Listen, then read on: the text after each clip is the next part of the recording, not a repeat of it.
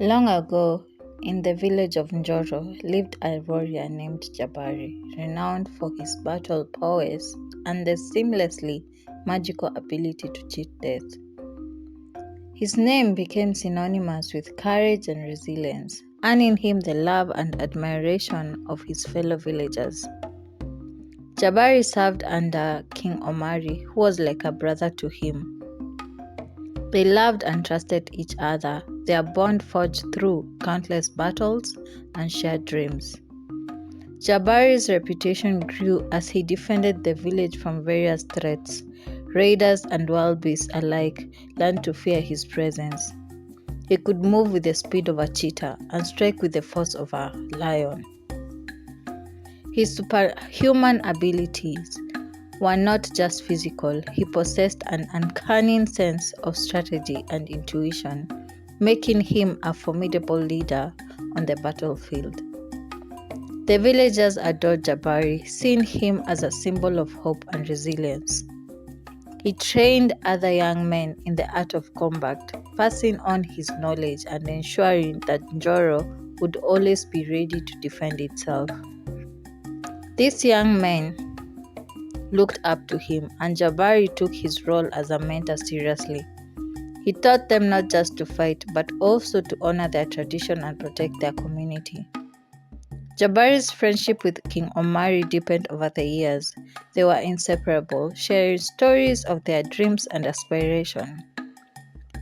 King Omari admired Jabari's strength and wisdom, while Jabari respected Omari's kindness and vision for the future. Together, they envisioned a prosperous and peaceful Njoro. However, as time passed, King Omari's heart began to change. The taste of power and the influence of greedy advisors started to corrupt him. He began to see Jabari's strength not just as a means of protection, but as a tool for expanding his kingdom.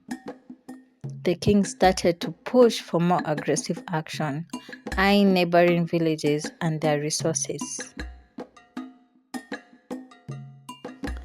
King Omari's newfound ambition marked a significant shift in the once peaceful village of Njoro. Initially celebrated for his leadership and wisdom, Omari's hunger for power began to overshadow his benevolent rule. What started as a series of defense campaigns to protect their land soon morphed into aggressive expansion driven by sheer greed. The neighboring villages, rich in resources and strategic locations, became target for Omari's relentless conquest. Jabari, Omari's most trusted warrior and friend, remained unwavering loyal. He followed the king's order without question, believing in the righteousness of his cause. However, as Omari's ambition grew, so did Jabari's pride. The chant of his name has returned from each victory echoed through the village street, intoxicating him with the praise and hero worship. He relished in the accolades, and his pride swelled with every triumph.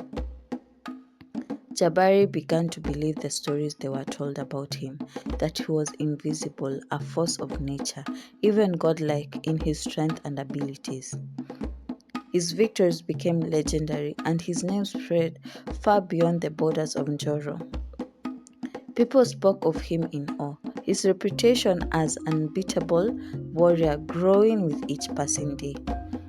The villages he attacked, however, were left in devastation.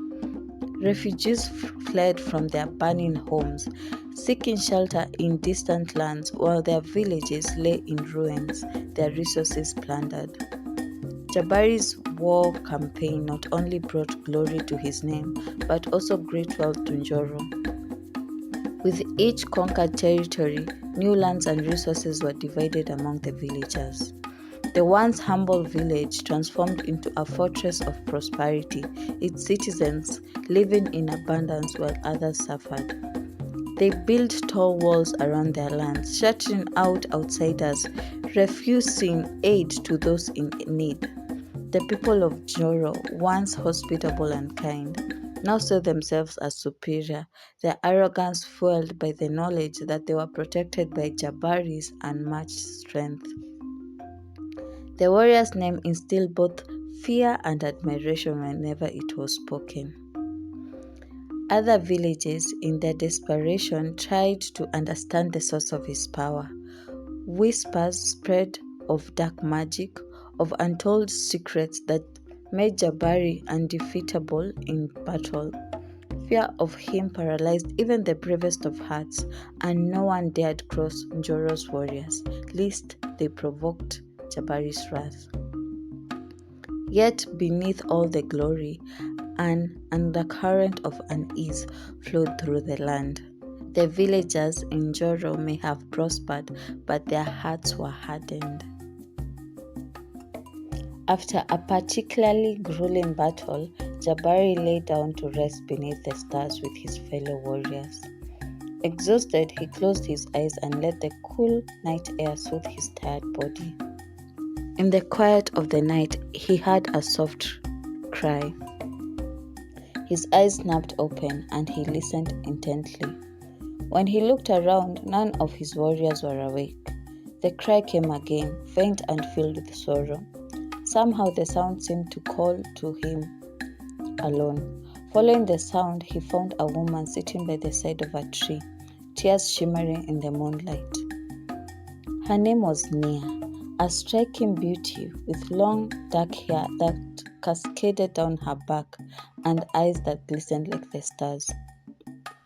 She told Jabari that she was from a distant village and had gotten lost in the forest.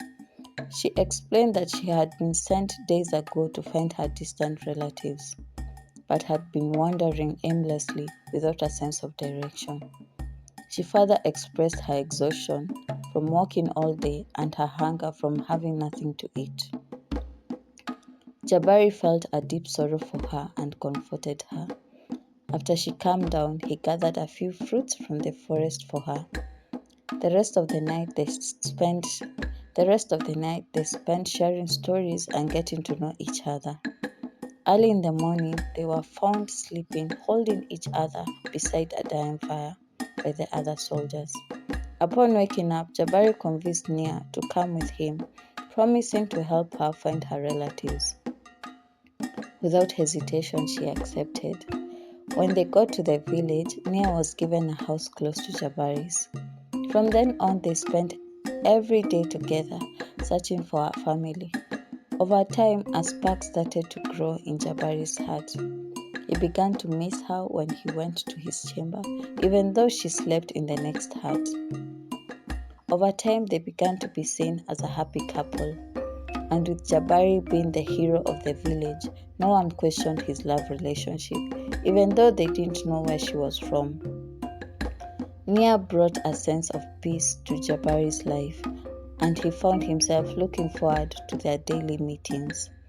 Her presence softened his hardened heart and reminded him of simpler, more innocent times. Their bond grew stronger, and Nia's gentle influence became a beacon of light in Jabari's life. She listened to his stories of battles and glory, offering a perspective that he had long forgotten. Her kindness and patience began to change Jabari, making him reflect on his actions and the path he was on. As their love blossomed, Nia began to ask questions about Jabari's strength. She marveled at his abilities, and her curiosity grew stronger with each story he shared. At first, Jabari avoided the subject, wary of revealing too much, but Nia's persistence wore him down, and he found himself opening up to her. One night, under the silver light of the moon, Jabari felt the urge to unburden his secrets to Nia. That night, Nia had prepared a scrumptious meal for him and wore her most beautiful traditional attire. After he finished eating, she prompted him to lay on her thighs. She caressed his chest and softly asked, "My love, what is the source of your strength?" He sighed deeply and said, "My father always told me that I am unique and I am destined for greatness.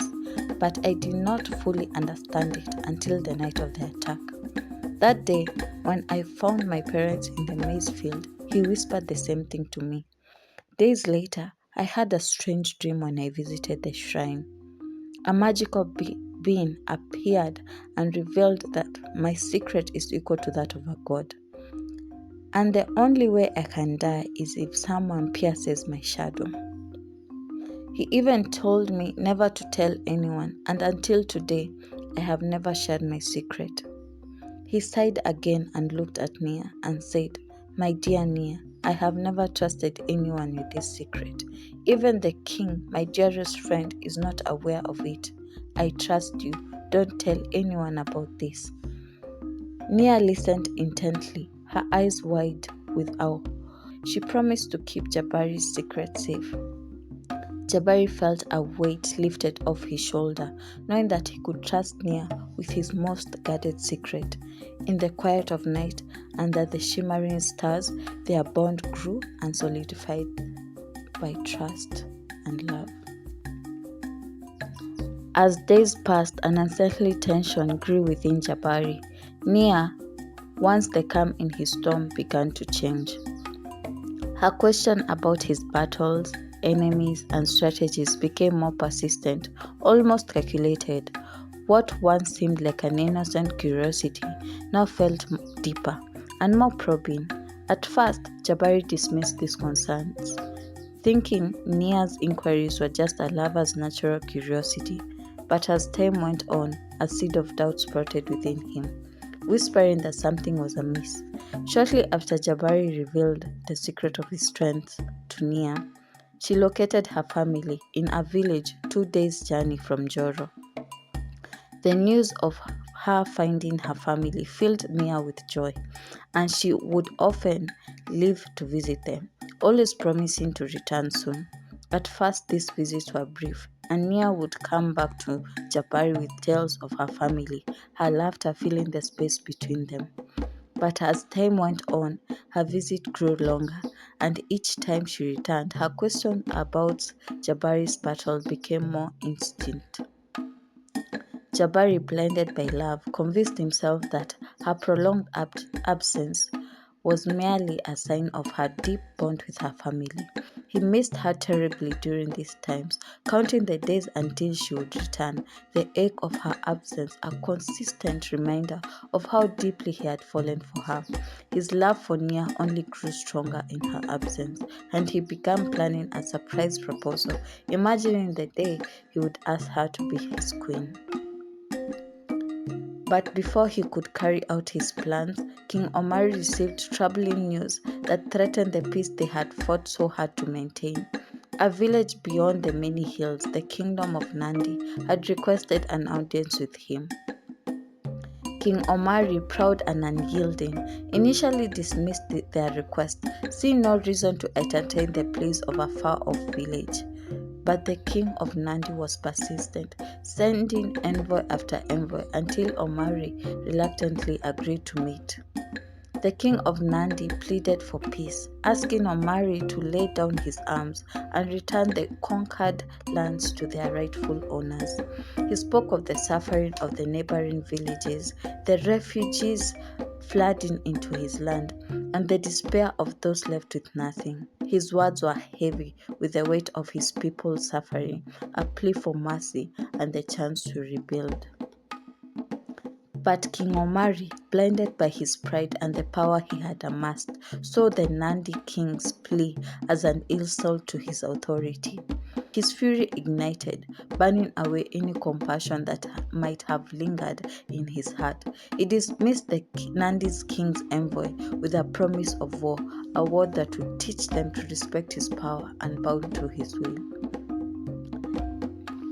Jabari, ever loyal to Omari, prepared for battle without hesitation.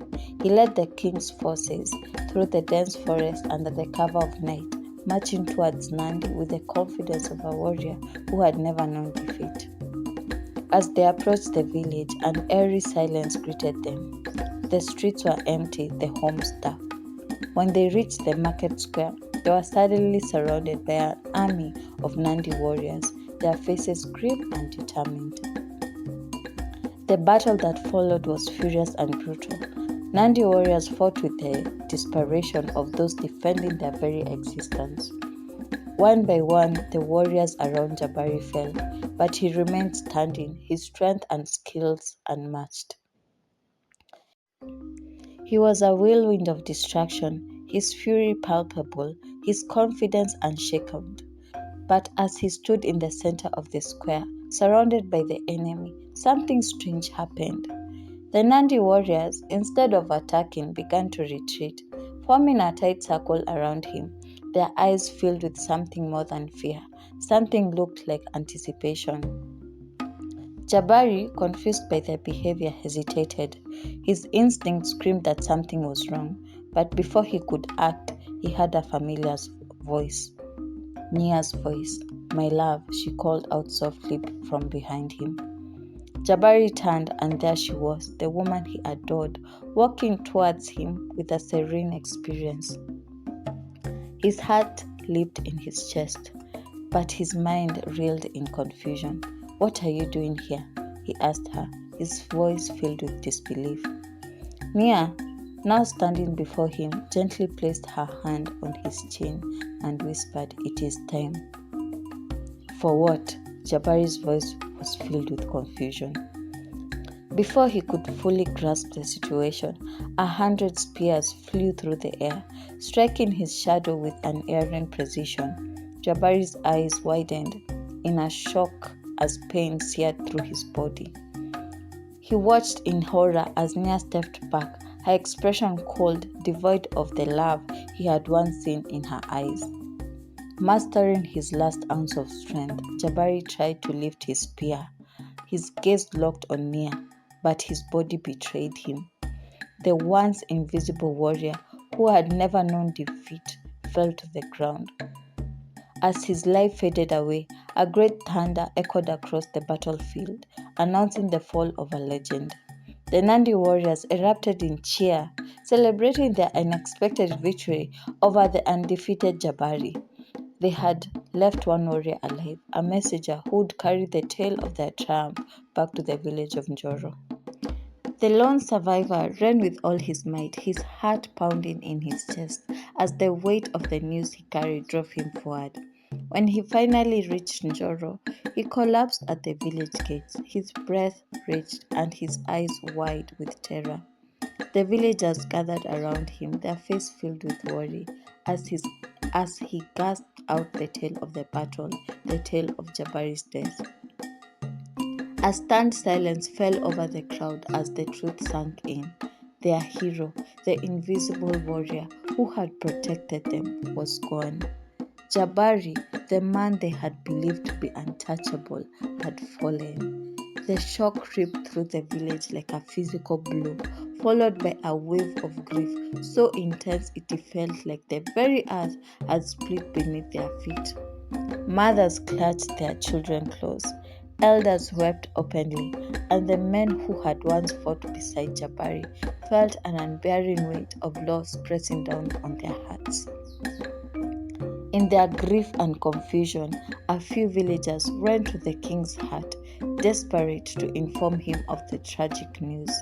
But when they reached the king's quarters, they were met with a sight that froze them in their tracks. King Omari was on his knees, his proud figure now crumpled in submission. Surrounding him were the Nandi warriors, their expression cold and unyielding, their spears pointed at the king. Before the villagers could process the scene before them, they found themselves surrounded by a sea of warriors. The realization hit them like a bolt of lightning. The village was under siege. The Nandi warriors had infiltrated their home, and their king was now at the mercy of their enemies. It was then that they understood the gravity of their situation, the lesson that had come too late. The villagers had hidden behind Jabari's strength, secure in the power he brought them, but they had not heeded the warnings. They had not seen the devastation their conquest had caused upon the neighboring villages, nor had they considered the consequences of their action. They had refused to make amends when the chance was offered, and now the reckoning had come. Later, it was revealed that Nia, the woman Jabari had loved and trusted, was the princess of the king of Nandi. She had been sent to infiltrate Njoro, to learn their secrets, and to bring about their downfall. The Nandi had watched in horror as village after village fell to Njoro's might, their people displaced and suffering. But before they waged war, they offered a chance for peace, a chance to rectify their ways. Now, as the villagers stood helpless before the might of Nandi warriors, they realized the cost of their arrogance. Jabari's death was not just the loss of a warrior, it was the end of an era. The villagers who had once walked with pride now bowed their heads in sorrow, understanding too late that the true strength of a village lay not in the power of its warriors, but in the wisdom of its leaders and the unity of its people.